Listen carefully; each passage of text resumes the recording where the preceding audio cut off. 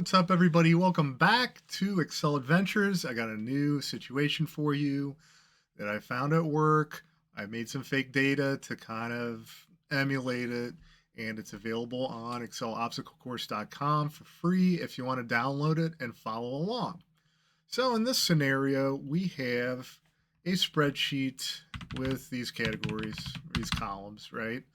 And under supplier, it looks like we're missing some values. Missing. In my scenario, we wanted to eliminate the entire row of that item if it was showing up missing. But it was imperative to retain the order of everything. So this had, and there was no indicator as to this being 1, 2, 3, 4, 5, 6. So, obviously you can go through manually and delete like that, but there are better ways. I'm going to show you a couple different ways to do it. Again, if you're new to this channel, make sure you go to the Start Here video and get the shortcut guide, or if you prefer just to follow along and learn, that's fine too. Here I undid the deletions that I previously did, and now I'm going to zoom out a little bit so you can get a better view of the big picture. So let's say that we want these to be gone. I would say one way that I would do that is to make a primary key. Now that means this is row 1, this is row 2, this is row 3.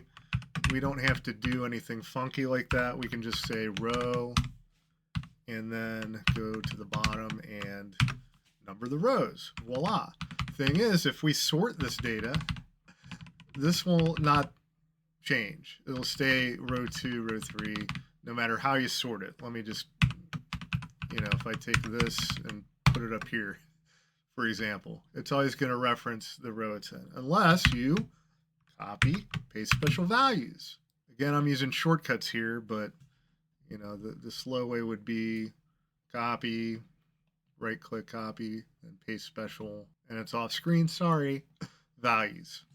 So anyway, if you guys need help with basic Excel, I have a whole array of videos on my YouTube channel to take you from beginner to intermediate.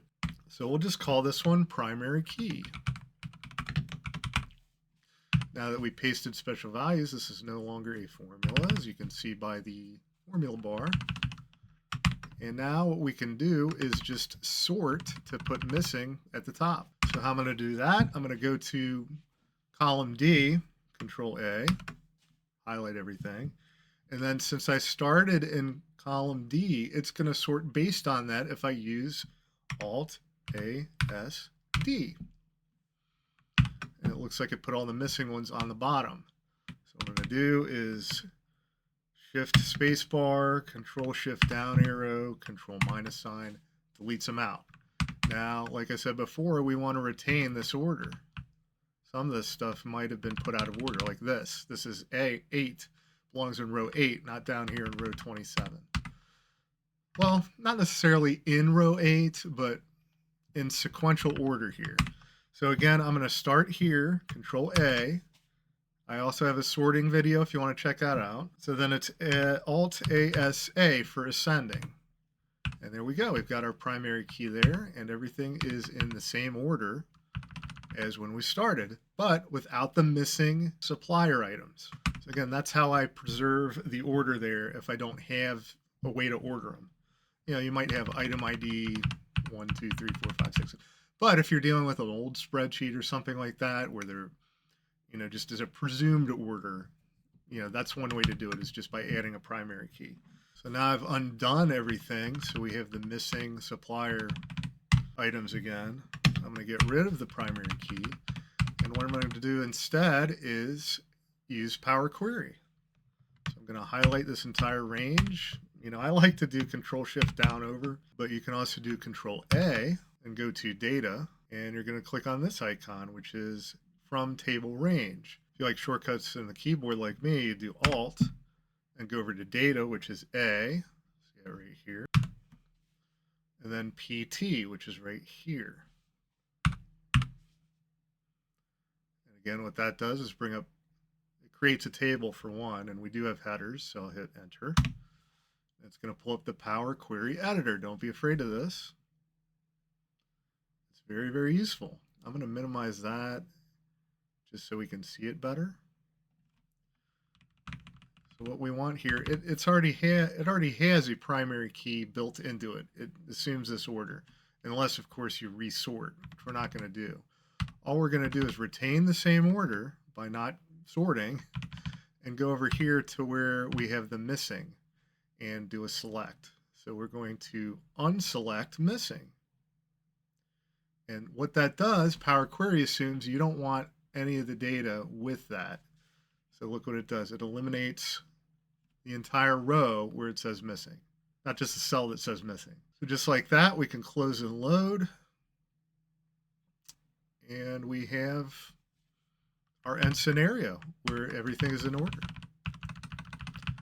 So that's another way you can do it. I'd be remiss if I didn't give Copilot a shot at this. So what I'm going to do is close out of this file and open the same file and not save changes so I can have a fresh start. Okay, so now let's use Copilot. And what I'm going to say is, please remove the rows with £. I'm old. I say £, hashtag whatever, hash brown, whatever. Missing in the row. Retain the order. See, with AI, you got to be very specific. It gets a little frustrating because it feels like you're really hand-holding it. We're going to upload the file. All right. See how it does. It says, here's your data set with every row containing hashtag missing removed while retaining the original order. I pulled each row directly from your file and excluded only those where any column contained missing. So let's copy this and kind of compare it to our manual process. So that's everything with missing. I'm just going to do my thing real quick here. Row, copy paste special values. Over here, sort. I'll do ASA. Okay, ASA got the missing to the top instead of ASD. So sorry about that before. Alt ASA to get these in ascending order, and this is how it should appear. How did we do, Mr. Copilot? All right, so there is a delimiter. It's the bar. Sorry, I don't remember the technical term here. So let's do text to columns, Alt DE. We want to do it by delimited. So go to other, we can hit Alt O, and then it's this button right here. As you can see, there's a straight line, and then there's a backslash. So I'm going to do Shift and press that and see what it does. Yep, it's putting in a delimiter every time it sees that. So hit that a couple more times, and it looks like we have almost the same thing. I wonder where the differences are. Could this be a flaw? So I'm going to compare this number to this number. Headings are the same, but I'm going to leave the headings off here. So equal sign, use your arrows. Compare this to equal sign over here. It's going to give me true or false. And it says true because these are the same. See that long string of numbers? It's the same as it is over here. Copilot did that correctly. So now I'm going to go all the way down here, and it looks like we have this is slightly different. So it looks like it did some weird rounding here with the final number. I don't think we're going to be that perfectionistic about it. So instead, I'm going to compare using this equal sign this, using your arrow, minus sign this. And we're going to get zeros for roundings in some kind of threshold. So then you get the scientific notation. I'm going to right click with my mouse this time, and I'm just going to push the zeros out a couple. Okay. So here, instead of scientific notation, we've got zeros. But it looks like this one, for some reason, I'm going to paste that down there. It didn't seem to get the memo on the fact that this one stays. So I'm going to ask Copilot what's up. So as we see here, the output of Copilot is giving me 75. Yep, 75 versus the expected 78. So I'm going to say the output it gave me is 75. rows rather than 78. Please re-review.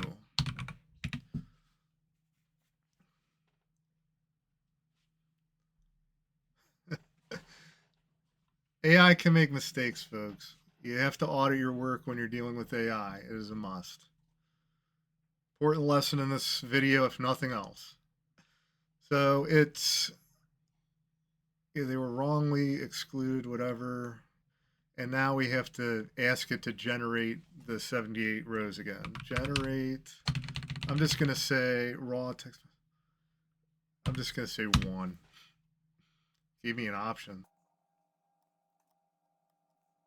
So treat AI like GPS, right? If you've ever watched The Office, you know the episode possibly where Michael Scott drives into Lake Scranton because he's not paying attention to the road and he's just following GPS. Don't do that. It is a great tool to assist you with, but you still have to audit your work. And we're going to audit it again because it didn't do it right the first time. And it appears that we're still missing rows here. Still gave us 75 rows. I'm going to say the above is still 75 rows. Go back to the original file and redo the exercise. I don't know how else to put it. Now it's telling us there are 75. We have an incorrect assumption. So let's go back to our data and then search for missing. So Control F, missing.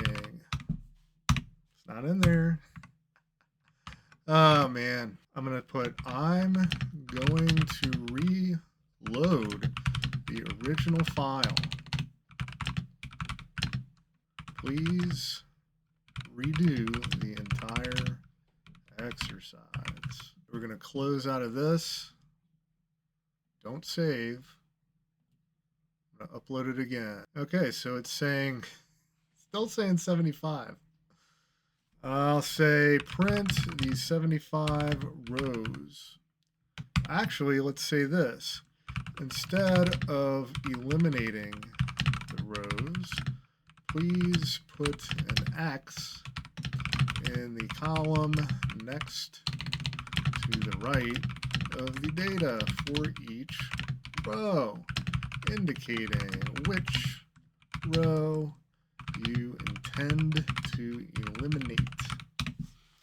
We're going to be like that. So it's saying a 100 row output, new final column containing either X or a blank. 1. I like this one better. I like A better. Say choose A. Vertically, not horizontally. Each field is on its own line to convert 6 line.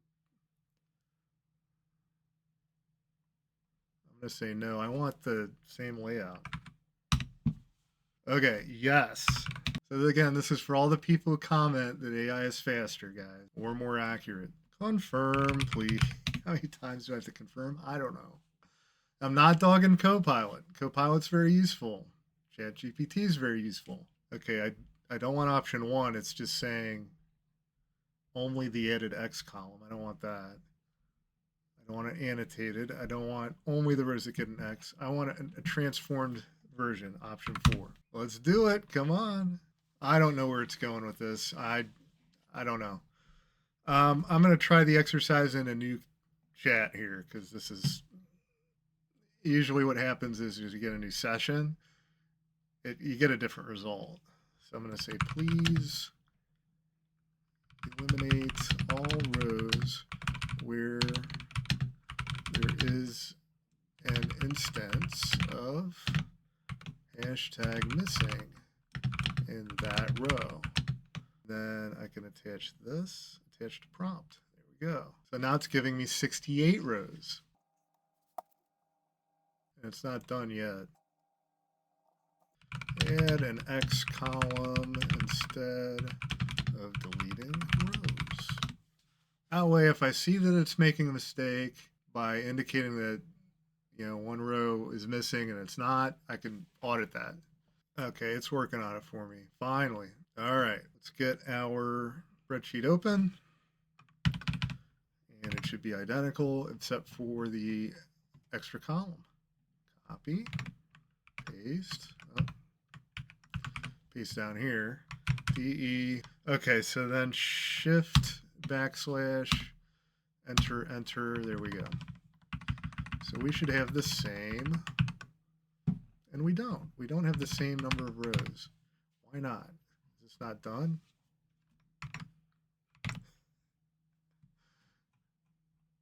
Full 100 row output. That's not 100 rows. Please redo with the full 100 rows. All right, I'm just going to say C. Give me the output just with the X's. Okay, so it looks kind of weird, but I'm going to copy it, go over here, and paste. All right, so how many X's do we have? Do a little count if. Our range is this. And then in quotes, X. So we have 7. So it's saying to eliminate these, which are right, but it's not having me eliminate this, this, or this. And I don't know why. So I'm going to confirm how many X's are there. So sorry, Copilot, I gave you a chance. I tried it several times. I didn't get the result I wanted after a couple tries. Again, not dogging Copilot or Microsoft. If anyone wants to comment on why they think why it didn't work, let me know. But if somebody from Microsoft is out there, you can download for free on my website that spreadsheet. And I want to see what kind of results you get. Is it the same?